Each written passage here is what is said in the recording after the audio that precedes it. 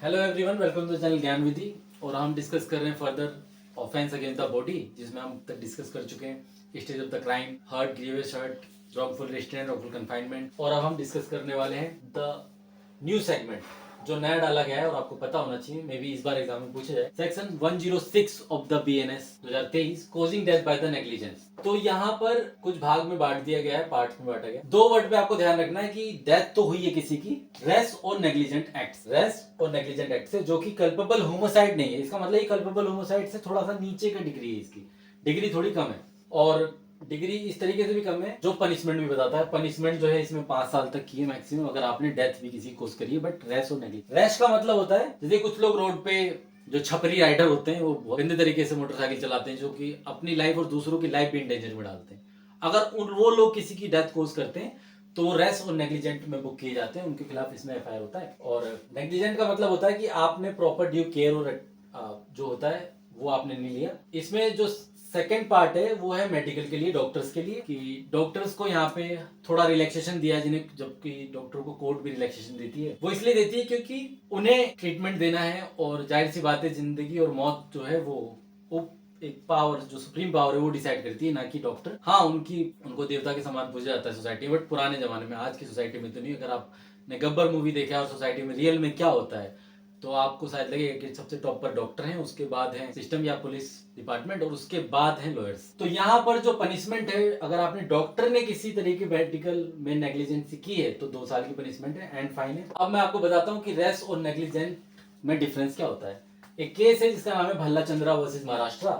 इसमें रेस और नेग्लिजेंट के बारे में डिटेल में बताया गया है 1969 में, कि रेस का मतलब होता है कि आप रिस्क ले रहे हैं, लाइक रेकलेस और indifference as to the consequences, आपको नहीं पता, और आप किसी की लाइफ को इंडेंजर में डाल रहे हैं। नेग्लिजेंट का मतलब होता है कि failure to exercise that the reasonable and proper care, आपने प्रॉपर केयर नहीं ली और आप नेग्लिजेंट में बुक होंगे।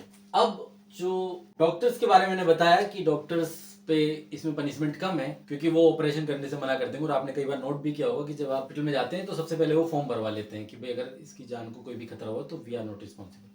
हाँ, उनके नेग्लिजेंट में होना और डॉक्टर को नेग्लिजेंट में डालने में दोनों में जमीन आसमान का अंतर होता है। यहाँ पे डिग्री का फर्क होता है, जैसे कि कल्पेबल होमोसाइड और मर्डर में डिफरेंस होता है, उस तरीके से डिग्री में भी अंतर होता है नेग्लिजेंस में और ग्रॉस नेग्लिजेंस। ग्रॉस नेग्लिजेंस का मतलब होता है कि मेडिकल प्रैक्टिशनर जितने भी होते हैं इस देश में, वो जब तक आईपीसी या बीएनएस में बुक नहीं होते जब तक वो ग्रॉस नेग्लिजेंस नहीं करते। और इनके लिए पनिशमेंट भी 2 साल में है, मे एक्सटेंड टू। केस का नाम है जेकब मैथ्यू, जिसमें बताया गया कि डॉक्टर से ग्रॉस नेग्लिजेंस क्या होता है। और एक जजमेंट है ASV नारायण राव, जिसमें बताया गया कि नेग्लिजेंस की जो डिग्री है वो as compare to the culpable homicide murder जैसी है, जो ग्रॉस में चली जाती है। क्योंकि हर डॉक्टर का ट्रीटमेंट का करने का तरीका इलाज होता है, कोई सर्जरी करता है, कोई मेडिकल मेडिसिन से ठीक करता है। तो डॉक्टर को जब तक नहीं बुक किया जाएगा इस अपराध में, जब तक कि उसने ग्रॉस नेग्लिजेंस ना किया हो। अब एक जजमेंट है जिसका नाम है ललितावती स्टेट ऑफ यूपी। इसमें कहा गया था कि भाई एफआईआर जो होता है वो लिखना मैंडेटरी होता है और कोई भी प्रिलिमिनरी इन्वेस्टिगेशन नहीं होगा, वो कॉग्निजेबल अपराध और 7 ईयर से ज्यादा का इम्प्रिजमेंट है उसमें। बट इस जजमेंट में बताया गया था कि इसके 5 एक्सेप्शन है। 5 एक्सेप्शन का मतलब है कि प्रिलिमिनरी इन्वेस्टिगेशन जरूरी है अगर इस तरीके के अपराध हुए, जैसे कि मेडिकल नेग्लिजेंस, ये डॉक्टरों के लिए, मैट्रिमोनियल ऑफेंस, घरेलू डोमेस्टिक वायलेंस, ये सब जो चीजें, करप्शन, कमर्शियल ऑफेंस, और एबनॉर्मल डिले। आपने ऑफेंस होने के बाद, काफी डिले के बाद अगर आपने एफआईआर के लिए गए तो आपसे पहले पूछा जाएगा और प्रिलिमिनरी इन्वेस्टिगेशन होगा। इन सभी कैटेगरी में एफआईआर पहले प्रिलिमिनरी इन्वेस्टिगेशन होता है, तो डॉक्टर के खिलाफ तुरंत एफआईआर नहीं होगा।